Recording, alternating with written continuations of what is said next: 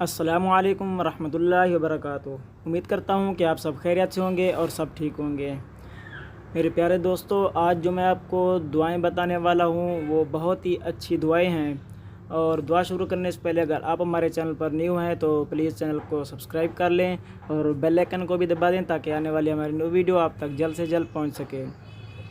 तो शुरू करते हैं। बिस्मिल्लाहिर्रहमानिर्रहीम।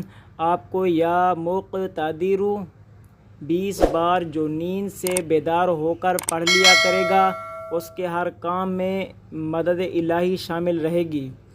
तो दूसरा, या अव्वालु 100 बार जो रोज़ाना पढ़ लिया करेगा इंशाअल्लाह अज़्ज़ व जल्ला उसकी ज़ौजा उससे मोहब्बत करेगी।